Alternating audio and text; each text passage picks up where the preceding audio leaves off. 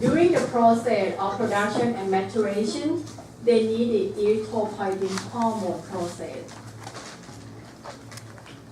And during at the beginning, before they have the heme come in, they need a vitamin B12 and folic acid. And at the end, the one that heme come in production and have hemoglobin, they need the iron dependent. So this one is give you the big picture, like which step, which part we need for the each hematinic. For the one like a vitamin B12 and a folic acid deficiency, gonna become megaloblastic, and that anemia, and that we need vitamin B12 and folic acid. And for deficiency of the iron, and iron is not in the process, the red blood cell. The red blood cell gonna become the hypochromic anemia. That part we need the iron. And for anaplastic anemia, especially from the chronic renal disease, we need the EPO replacement. Any questions before we go to the steroid hormone? This one is just specific for the anabolic hormone steroid, not the steroid for reduced inflammation. Dr. Wood is going to talk about that. Yeah. Question. Yes, ma'am. What's the difference between non-regenerative anemia and the anaplastic anemia?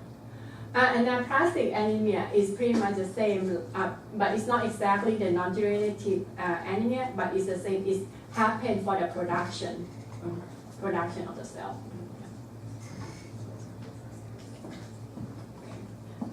Go to the anabolic steroid hormone. And we know the steroid hormone is a 3 benzene ring and have like a 5 carbon rings right here. But I would like you to know that at the carbon 17 right here, they have a manipulation for that chemical structure, and that from the testosterone going to become to add another hormone or the steroid hormone and have the less effect as the testosterone, but have the effect for the anabolic effect.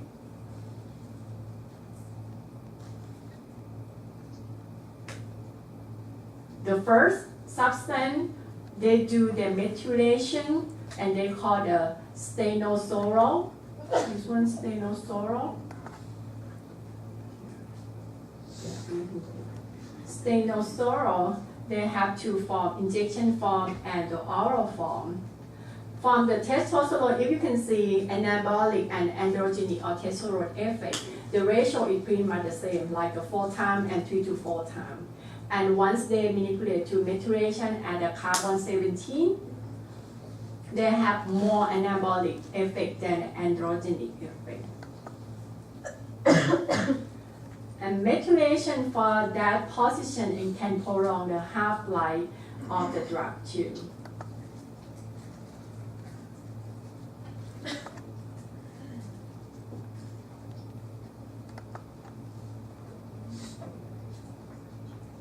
And for the esterification of the steroid hormone, we call that agent as the nandrolone. Nandrolone prolong absorption and have a longer duration of action.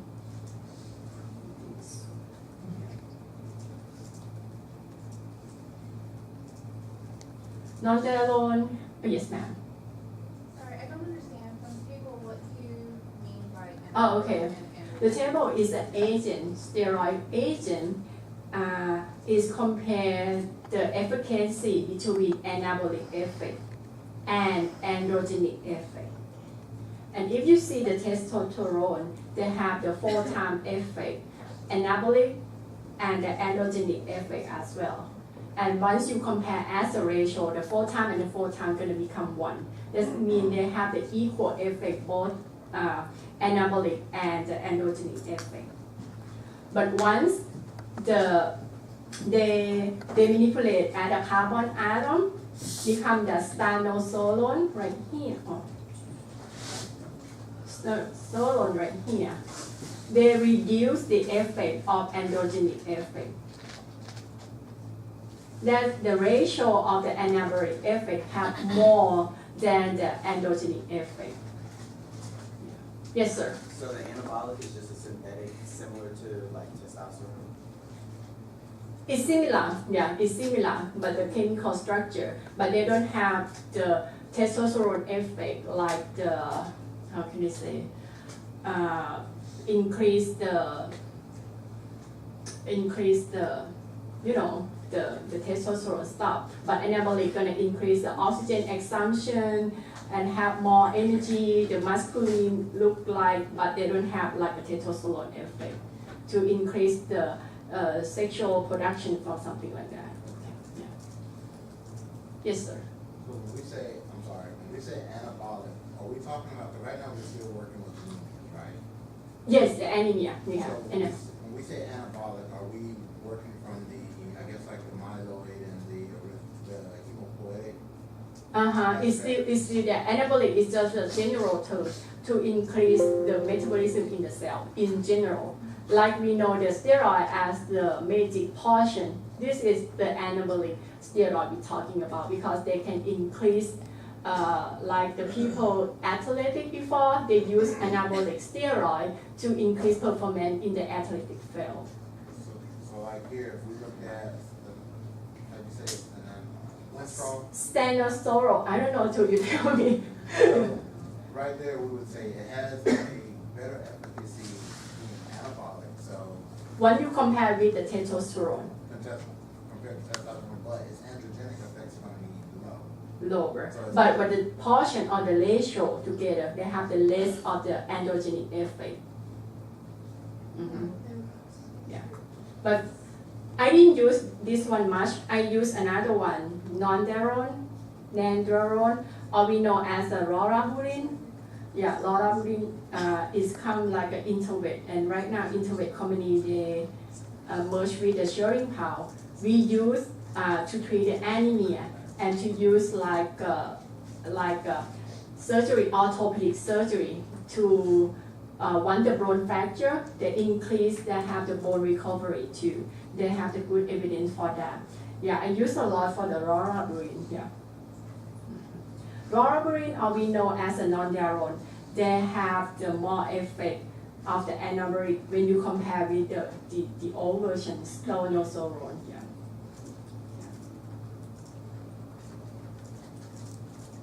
This is the mechanism of the steroid hormone or the anabolic steroid. Steroid hormone or the anabolic steroid, they don't have the receptor on the cell membrane, right? They have the receptor in the cytosolic, in the cytosolic area. On one they combine that receptor right here, the receptor gonna carry anabolic steroid, go to the nucleus and go to the chromosome or DNA part and have the protein synthesis or the RNA synthesis, stuff like that. And once the protein synthesis is gonna build up for any protein function in that cell. But for the red blood cell, they believe, but we don't know the reaction for sure, but we believe that they produce the protein that help for the reaction of the glycolysis. The glycolysis is the reaction that produces the energy for the cell, and is the main source of energy in the red blood cell too.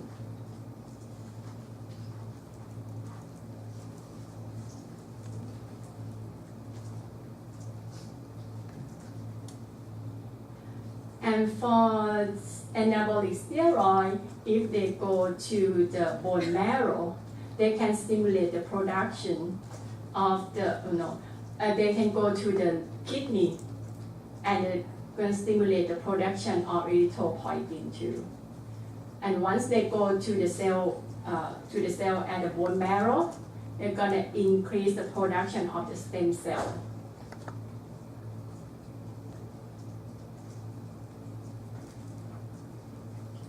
it's not only stimulate to the production of the cell, it still help the maturation or known as a differentiation of the cell and increase the oxygen released from the red blood cell to the effector cell.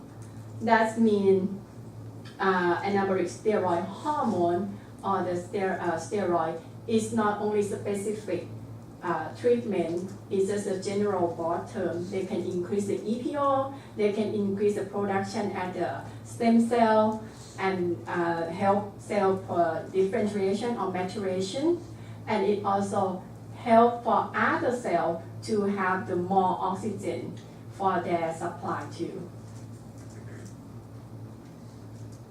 That's why, like before we have the regulation athletic, they use a lot to increase their performance in the game, in the race.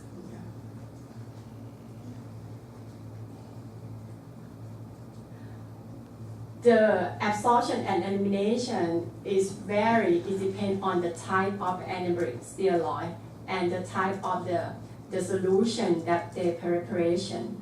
For the oil-based products, it have the slow release, can prolong the duration of action of the cell.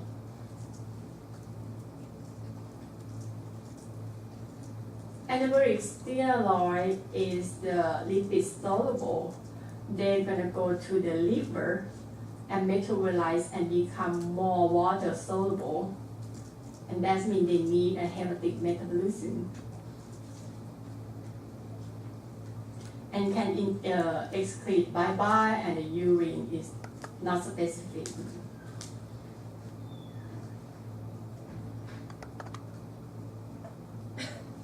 Preparation, as I say, mentioned the previous slide, have the acute methylated or esterification, but for the acute they have the better absorption. But alkylate can cause a toxic in the liver.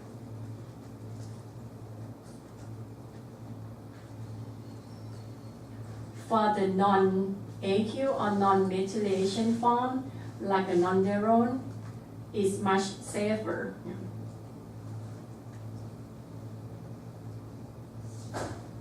But if you use too much, and for example, for the some breed and for the female animal, and they're going to become masculinization and have the muscle more.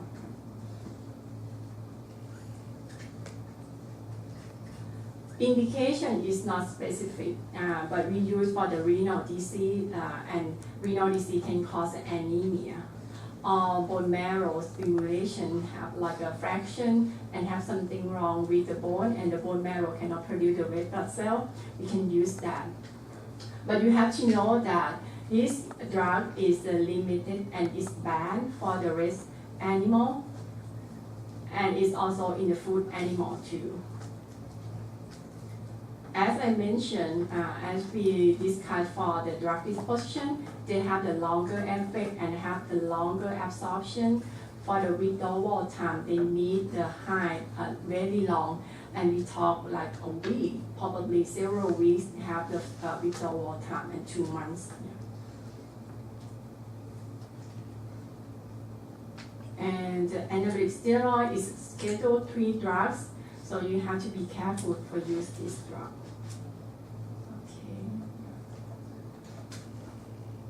Alright, that is done for the hematopoietic agents. You have question before we go on to another class. Okay.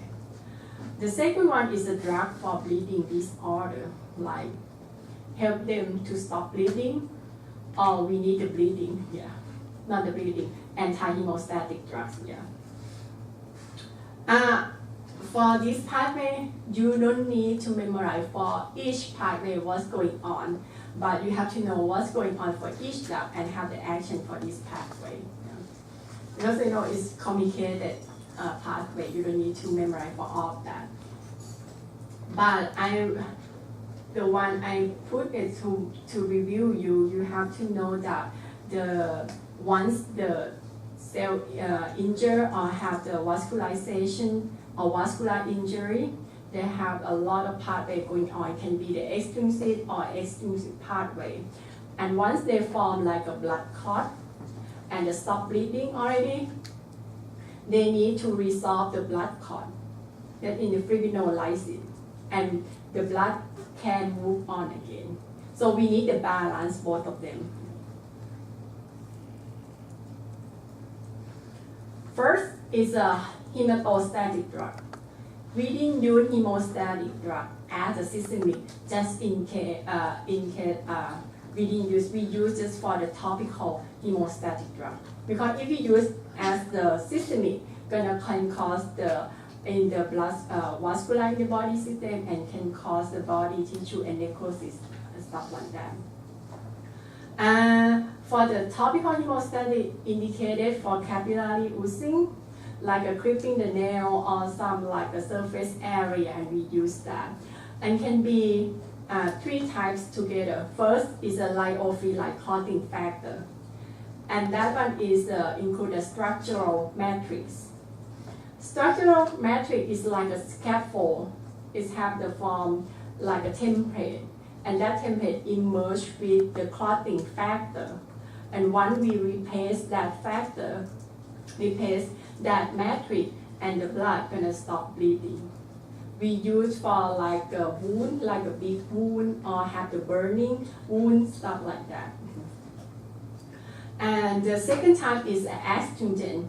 The chemical, the reaction is caused the protein precipitation. And one protein precipitation, they're gonna clot in the blood capillary, and the capillary is gonna stop bleeding.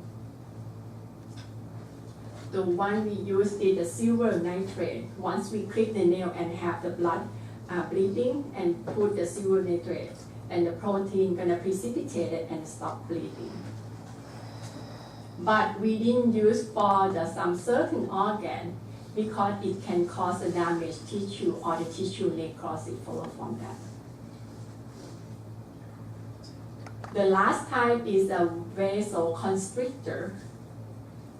We didn't use as to stop bleeding, but we use for another intention, like tropical anesthesia and lidocaine.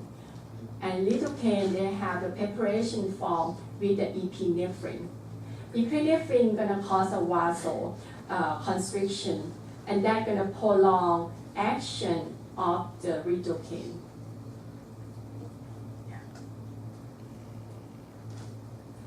For the systemic hemostatic drugs, we didn't use that much in the veterinary medicine, but for the human, they use as a plasma product. For the people who have some certain condition, they lack that factor, and that for the people who have the hemophilia, something like that they don't have the factor to help to stop bleeding. And the plasma is a good product from that because they have everything in it, like electrolyte and antibody and protein and all factors that help for the clotting. But for the plasma to use as a hemostatic agent, you need to use the fresh plasma or the frozen plasma right away. If the plasma is storage more than 6 months, it probably the dose factor or the clotting factor is going to be gone. It's not helpful for the patient.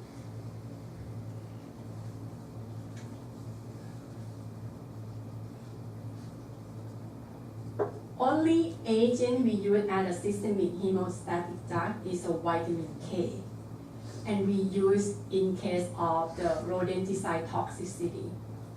Just only one case. For other than that, we didn't use because it can cause harm to the patient. Why the vitamin K is important? Because of vitamin K, they will convert the form between oxidized form and reduced form of the vitamin K. And during they change the form of the vitamin K, they have the enzyme, they call it gamma carboxylate. This enzyme is a key point to change the clotting factor to 7, 9, 10 from inactive form to the active form. So that means we need the vitamin K to change the system of this factor. For the rodenticide, they're gonna inhibit gamma epoxide reductase, the top one, not the lower one. The vitamin K is not function, and that cause the factor 2, 7, 9, 10 become more inactive and not active.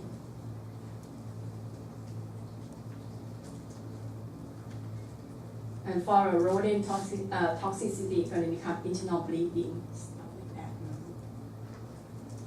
We use the vitamin K as an antidote for the rodenticide.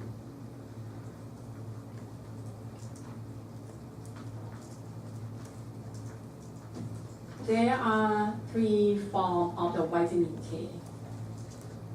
First one is extract from plant, or we call phytonadione.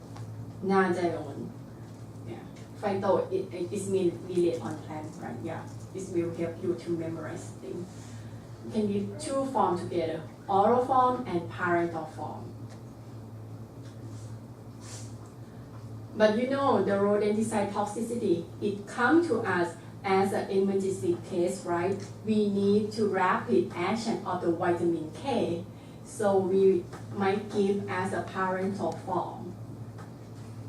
But vitamin K has a high reaction once you give like intravenously. For that emergency case, you might give as a subcutaneous injection, but the multiple site, because the multiple site of the subcutaneous is going to help to absorb the vitamin K to the body system rapidly.